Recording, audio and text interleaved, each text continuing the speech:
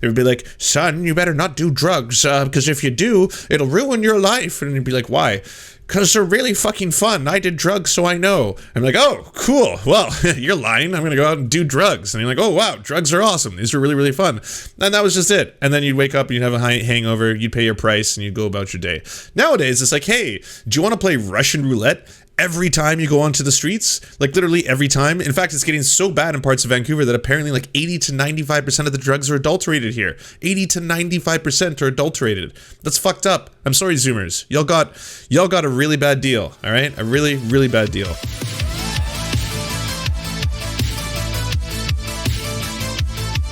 Russell Brand. We've done 1 or 2 videos on him, not a lot. We obviously don't speak about Russell Brand that much. We don't really roll in the same, let's just say, circles.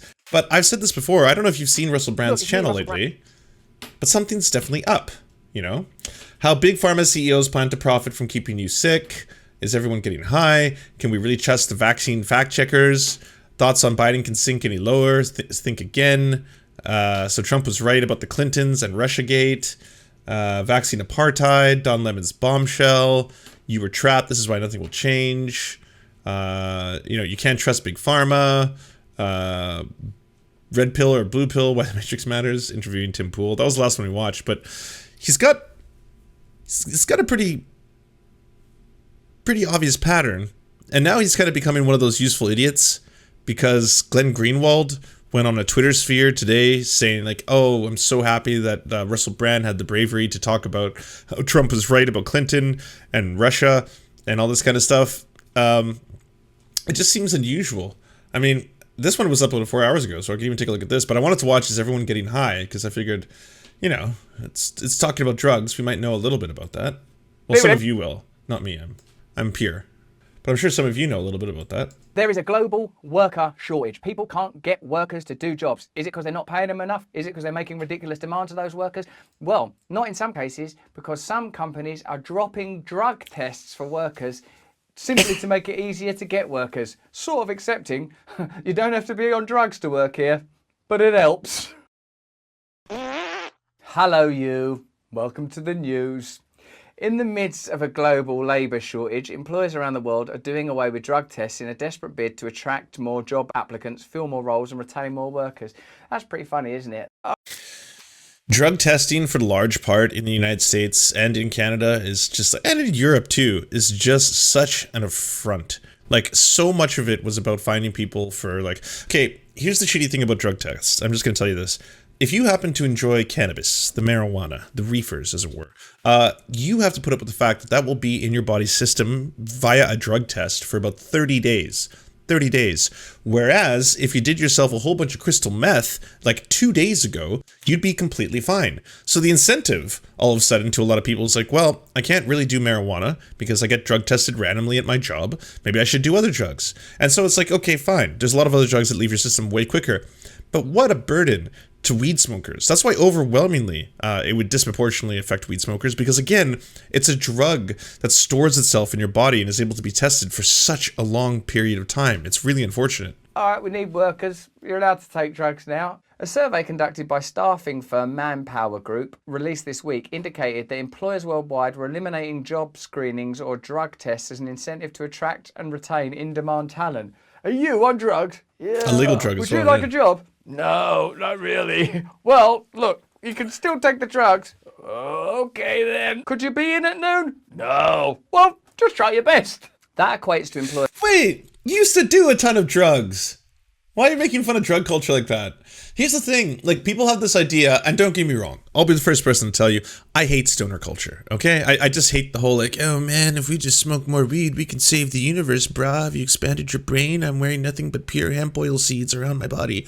Like, okay, fine.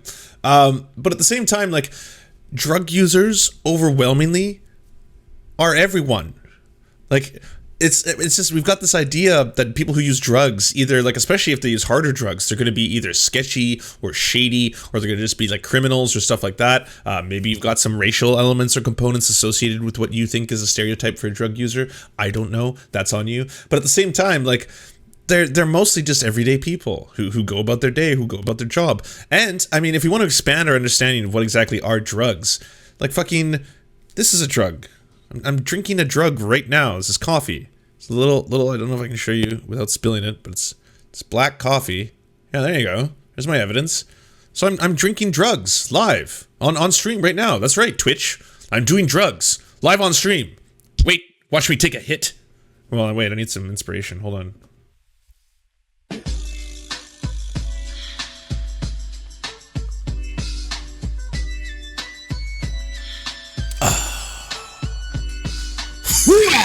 Yeah, I'm ready.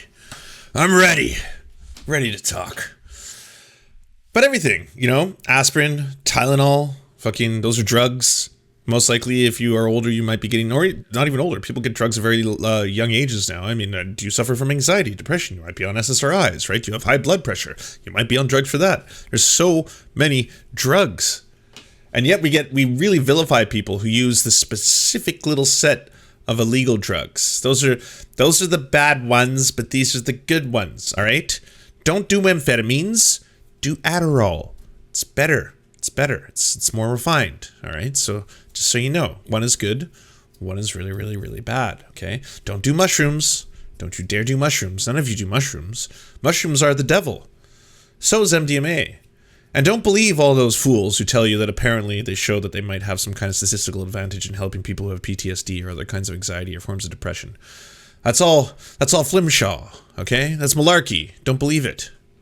From 43 companies who are willing to turn a blind eye to workers' recreational drug use if it means filling vacant positions. On one hand, I think if people are recreationally using drugs, that's their business, no one else's business. It should be their right, their body.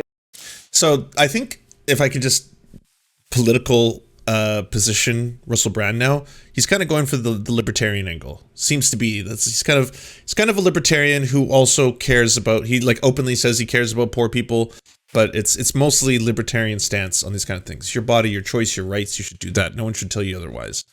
Their lives, their right to do whatever drugs they want. But what worries me about it is that people are taking drugs because they're miserable and unhappy because life's become futile and empty. They can, yes. And instead of adjusting the system to create roles and lives that are more reflective of who we really are spiritually, it's like, just let them take drugs so they can deaden the feeling.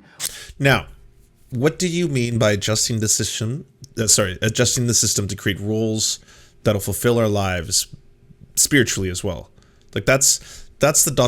that I'm trying to figure out. I'm trying to get to the bottom of it. I don't think he's theory pilled. I think that's the jump that I haven't been able to make yet. While they do jobs that they hate. I know there'll be loads of you doing this that do jobs that you're just not into, where you feel detached and that the best thing in your life is some peak experience achieved through a chemical or a screen.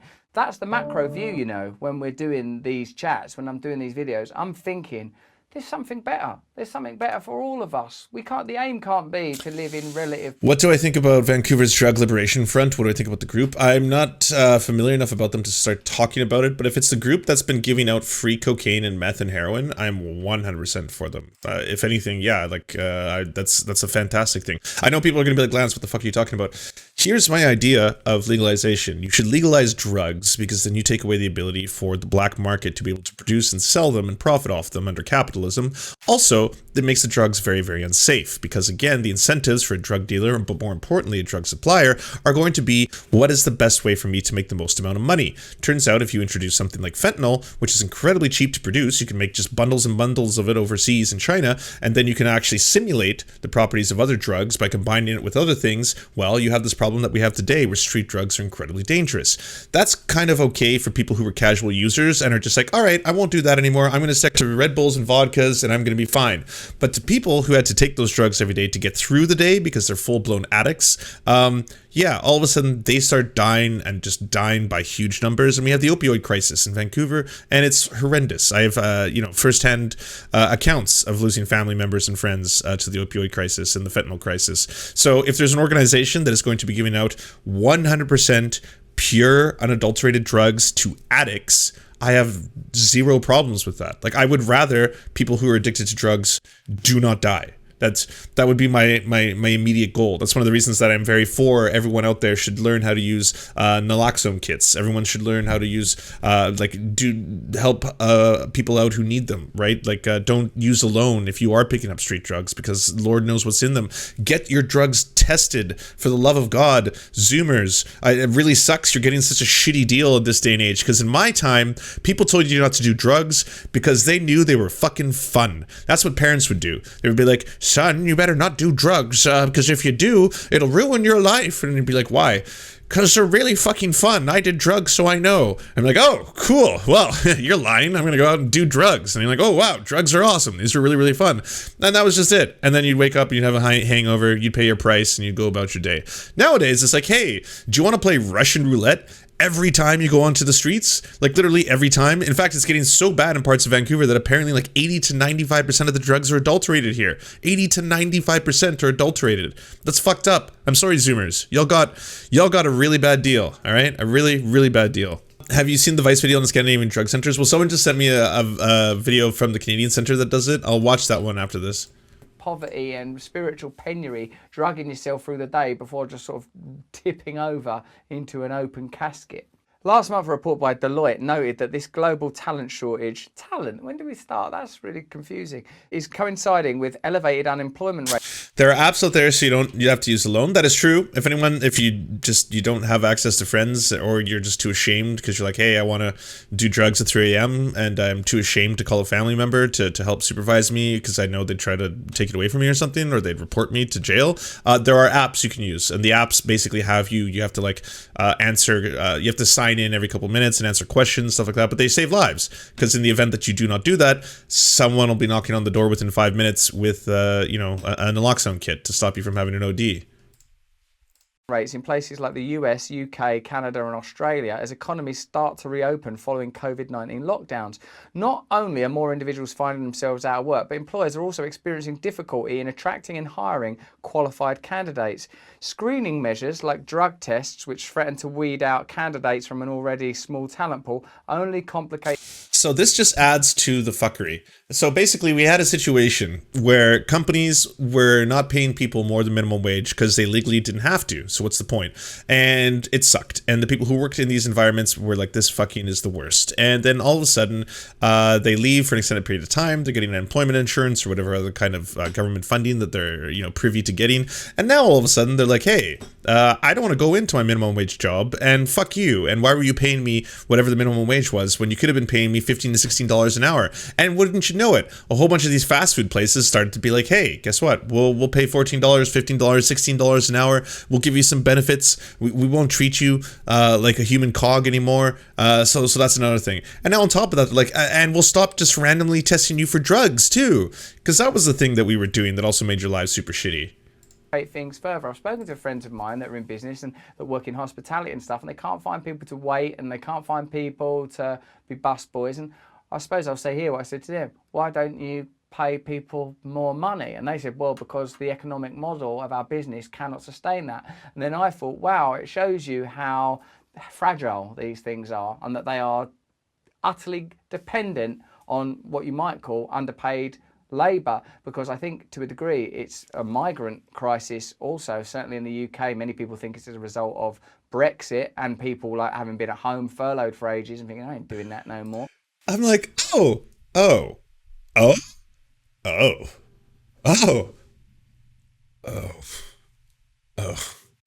Russell, no, how are you like 50% there? But then I thought, it's the filthy migrants, old Dems. I hate them. They're here all the time. They're taking jobs, all that shit. Yeah, nothing to do about inequality, economic disparity, all that. And in the US, I don't know what the conditions are in your country if you are an American, but it seems to me that there's a kind of underlying despair and an unwillingness to hurl your life into some low-paid work for no real reason. I think it's this over-reliance on the idea of the individual. Well, if you're got a lot of, mojo, you'll be able to get a job as a waiter and you work your way up to the top, then you'll start your own restaurant, you'll become a billionaire. It's the American dream. Well, increasingly these days, the game is so rigged, things are so tied up that that dream, it seems harder to go asleep and into that dream than it once was. Some of the world's biggest companies have already cottoned onto this and started to adapt. Okay, all right. No, this is an SOS. Can someone out there who's friends with Russell Brand, because this is way out of my purview, like hell, that'll be Hassan soon. He's on Jimmy Kimmel. Can someone just go over to his house and explain to him a few concepts? I feel like he's got a bunch of crumbs. Like he's like 25 to 36% there, and then he's just going into the worst right-wing conservative talking points at the very end of it. It's like, okay, things suck at jobs. And they're not being paid enough, and the workers are being exploited. So pay the workers more. And you're like, okay, that makes sense. Logical. Good jump. And he's like, but then the companies that I talked to said they can't because they can't afford it. So you realize how fragile this entire system is because they're just not able to do that. Well, that's not entirely true. A lot of major corporations that had been fighting $15 an hour are all of a sudden all paying it, like en masse. It's kind of just been a monstrous revelation of hypocrisy. If anything, if your company is, producing billions of dollars in revenue, then yes, you should be able to pay the majority of your workforce a living wage. That's just, I don't know, a humane thing to do. It's like, and then I realized that it's not because of our capitalist system, but it's because of migrants. A lot of people are saying it's the migrants that are doing this. The migrants, you see. Yeah. Adapt their hiring protocols accordingly. In June, Amazon, the second biggest global employer based out of the US, announced that it would no longer test for marijuana in its pre-employment drug testing for jobs not regulated by the US Department of Transportation. This was a substantial change that would allow the company to move closer to its long-term vision of becoming Earth's best employer, according to Dave Clark, Amazon's CEO of Worldwide Consumer. Do you know what makes us Earth's best employer? What? Everyone's stoned? They won't notice how little we're paying them. Yeah, that'll work. In the past, like many employers, we've disqualified people from working at Amazon if they tested positive for marijuana use, Clark said in the announcement. However, given where state laws are moving... I'm going to be totally honest. The fair thing to do in regards to marijuana use would be if you want to, you need to have some way of testing for impairment, or if that's the case.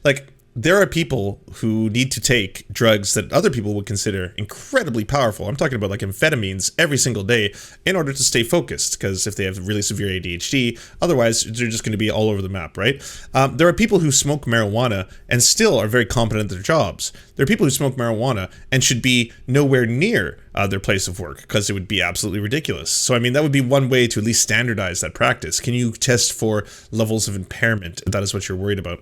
And also, I'll be honest, it should also have a dependency on how dangerous the job is. If your job is being a radio host, being a radio DJ or something, I'm not going to be completely beside myself if that radio DJ happens to smoke weed. I'm sure, don't all musicians seem to get a pass on all substances, it would seem. But yeah, I would definitely want the rules in place that a pilot cannot be imbibing in substances for, I think, and that includes alcohol. They can't use anything for, I think, 24 hours before or after their flight, which, I mean, for people who like to get consistently wrecked 24/7, that might impede your lifestyle. But considering you're operating a job in which you've got 400 human beings' lives literally in your hands, it seems to me an adequate regulation. So there's a lot of room here, is what I'm trying to say. Moving across the US, we've changed course. That's interesting though, isn't it? Because it's legal, but do you still feel like at work? I mean, I was a drug addict, and there was a phase of that where my primary drug of choice was cannabis. It didn't help work unless that work was imagining things, which I was quite good at. But depends on the work, all right? A lot of people write really well when they're high. A lot of people sing really well when they're high. There's a lot of jobs that one can do while impaired on marijuana. In fact, some people claim it makes them better at those same jobs. There's also jobs that you should not be doing on marijuana, such as operating on another human being, if you're impaired, right? The idea is impairment. It was also not good for driving, which I didn't learn to do for 15 years. Selling photocopiers, working, all of them things, working in bars, restaurants, it was not good for that. Amazon has also advised delivery partners, contractors who own and operate their delivery vans emblazoned with the Amazon logo. Clever. We don't do the vans. We're nothing to do with them guys. They're out there. They do what they like. To clearly advertise to people who try and driver positions that they don't test for cannabis use. That's to clearly advertise that. Come and work as an Amazon driver. We do not test for cannabis use. We're not saying take cannabis, but we're saying if you do, we won't know. Claiming that the move... I like that instead of giving them working living conditions, not letting them piss and shit in bags, they're we're not going to test you for drugs no more. You're still gonna have to shit and piss in bags, and you have to make these random quotas that are just like, you know, inhuman, but you will not be tested for drugs. You can do it while high, is what we're saying. Could increase applications by 400%. This is the potted market they're trying to get into. What they called it earlier, the talent pool. And now it's just the stoner pond. The company claimed that screening for marijuana cuts the prospective worker pool by up to 30%. Look, the sad truth behind this is so many people are dissatisfied and unhappy that their primary means for getting through life is to medicate themselves through the use of drugs. I know a little bit about addiction, and most people that use drugs to a chronic degree are using it as a sort of salve for some kind of misery, disconnection, or despair. It can be a reason, yeah. Even though I'm laughing about this because bits of it seem kind of funny. So the actual truth is that a lot of people will start using those drugs as a form of self-medication.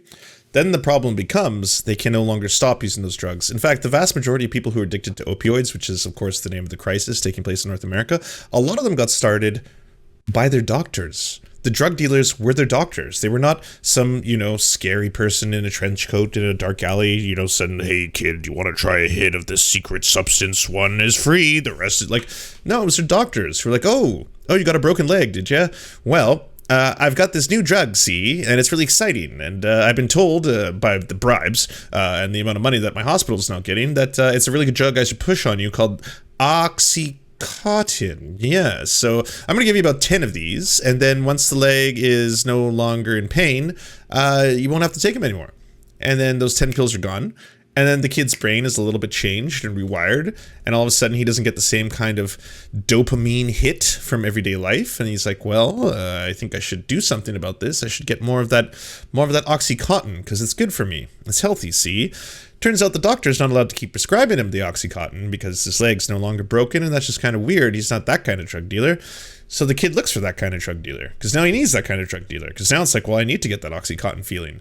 And the drug dealer doesn't have Oxycontin, not the kind you find in the stores, but he's got heroin, or he's got the oxys off the street, or he's got fentanyl, and that's how that all goes.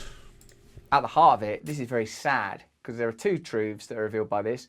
One, the reality of our economic system cannot accommodate workers. It can't afford them. It's sort of collapsing, so it's balanced on an illusion, built on a fallacy anyway. And two... Koichi, I can never understand getting addicted to any drug. Well, let me tell you, as someone who's lived with family members who are extremely in the depths of depression, it becomes your only focus in life. Like, you know how you wake up and you think about all these things, like, oh, how am I going to find a person who loves me? How am I going to find a girlfriend or a boyfriend or someone else? How am I going to pay my bills? How am I going to, like, take care of my kids? How am I going to see my family? If I call my grandma, fucking climate change looks bad. Holy shit, look what's going on to the people in Myanmar. Like, you know how all those things are going through your head all the time? They don't think about any of that. They don't even think about what their next meal is going to be. They don't give a shit about anything in life. One thing. They only think about one thing all day. That's it. From morning till night, and it's getting the drugs and doing the drugs and then getting more of the drugs, and that cycle continues. And that's it. You don't even need to buy, you don't need to buy food because it's less money to buy drugs with. So many people are unhappy in the world that their primary means for survival, it does simplify your life a lot. Medication. They're holding themselves together through drug use, even if you see sort of cannabis as kind of a friendly drug, and certainly compared to some of the drugs I've taken, it is. But the reality remains the same. People are very unhappy, and we're living in an illusion. Two conclusions. An employer drug testing survey released. He's like the libertarian Dr. Seuss.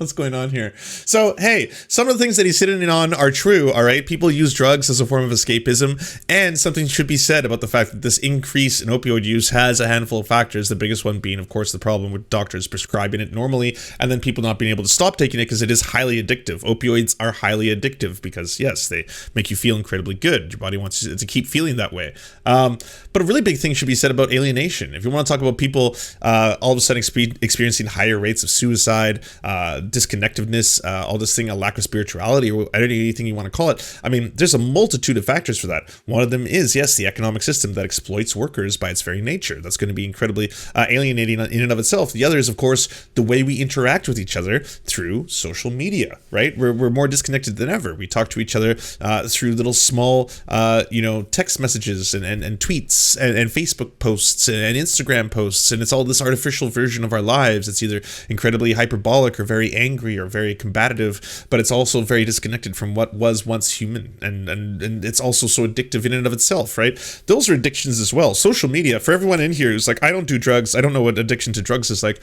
Okay, but do you wake up every morning and one of the first things you do is reach for your cell phone? Because I'm going to guess that's probably 90% of you, at least. That's just like the first thing in the morning. Or when you hear a sound that is your same sound tone, but it's not your phone, it's a stranger's, do you get a Pavlovian response? Do you suddenly have to check your phone? Do you do that even if it's not your own ringtone? If it's someone else's ringtone? If you hear like, and you've got popo, but all of a sudden you're like, but just the sound alone makes me think that I should be checking my phone now. I could have a message. I don't know. Let's just find out. Let's roll the dice, right?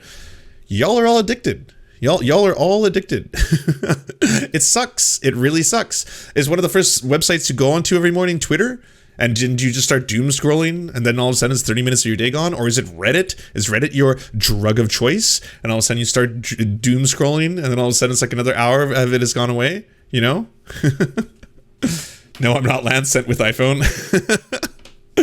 A big issue than social media is the way in which our urban living environments organize and plan out. We are more sequestered from our fellow human beings than ever in terms of the public gathering and congregation species and how our homes are structured on cars and roads rather than community. That is a big thing, but I would say online issues play a bigger role because people spend way more time online. And I would say statistically that's a bigger thing.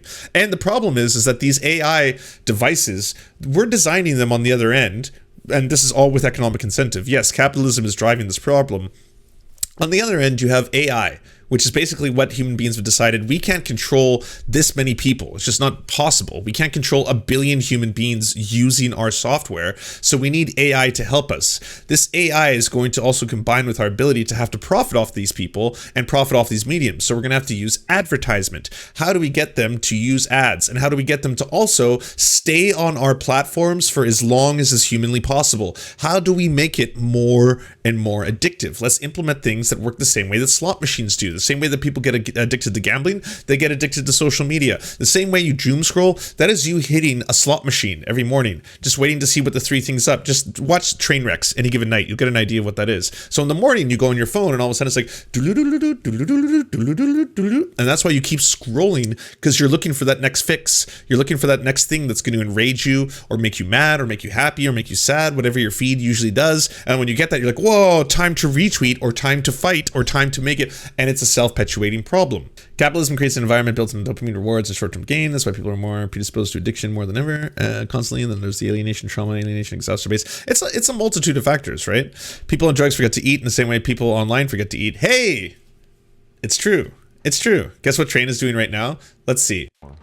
Oh, it's the Gamba, baby. Look at this. Yeah. G Fuel. Bitcoin address. Wait, this is it? He looks strung the fuck out. What time is it? It's 3:32 in Vancouver right now. We're in the same city. I love the whole, why don't you have anything in your house, homie? 21 hours he's been streaming gambling? He's withdrawing $20,000 in the spot? What the fuck is this life? What? That's someone's yearly salary. That's someone's salary. You download into your wallet that has $537,000 in Bitcoin. This is not real. It's not real. What is going on? Yeah, this is not okay. The human mind has not evolved to deal with whatever the fuck this is. I don't even know what the fuck this is. I'm going to be awake for 21 hours straight. He sounds so strung out in his apartment. And the thing is, he's like, that 21 hours is probably profiting. Like, how much were they making? $35,000 an hour? He's making multiply 35,000 times 21. How much money did Train make in the last day? Holy fuck. But I won't lie, this doesn't look happy. I don't envy this. Like, you know, lifestyles, the rich and famous, they would always show like, here's the mansions and the boats, girls, oh, look at the ladies, the boobas and the ass, and the music video, champagne spraying all over the place. You're like, damn, that looks so cool. I wish I could have that life. I'm not thinking that about this. This is like lifestyles in the rich and famous. I'm like, that fucking sucks, dude. This looks like torture. This looks like a form of punishment. Like, we're just gonna, pollute your mind with obscene amounts of wealth, and it's all cryptocurrency based. All a bunch of ones and zeros, but you gotta play forever. You never stop playing in your empty apartment in Vancouver. God damn. Oh, this is making me feel bad for Train, and I shouldn't, because he's really fucking a lot of human beings over by getting them addicted to gambling. Last year by Current Consulting Group found that 36% of poll respondents who were planning to remove marijuana from their testing panel were doing so because they were experiencing delays and cannot fill positions due to high marijuana positives. Wow, everyone's stoned. Bob Dylan was ahead of the curve. The affiliate co-commissions are just ridiculous. Even in countries where marijuana isn't being decriminalised, though, drug tests have been causing headaches for employers. Marijuana's quite good for healing that. In Western Australia, small businesses across a range of industries report an increased difficulty in filling labour shortages ever since the state government introduced mandatory drug testing policies in November 2020. We've tried many different media outlets, different sort of ads, different angles, word of mouth, not even a phone call. One of the worst parts about this, by the way, is this was a really easy way of increasing the numbers of non-violent drug offending arrests, which, by the way, the United States just leading the world in that. If you want to look at like authoritarian governments, fascist governments, stuff like that, the United States still largest prison population in the entire planet. Like, that's wild. 1% of the entire population of the US is in prison.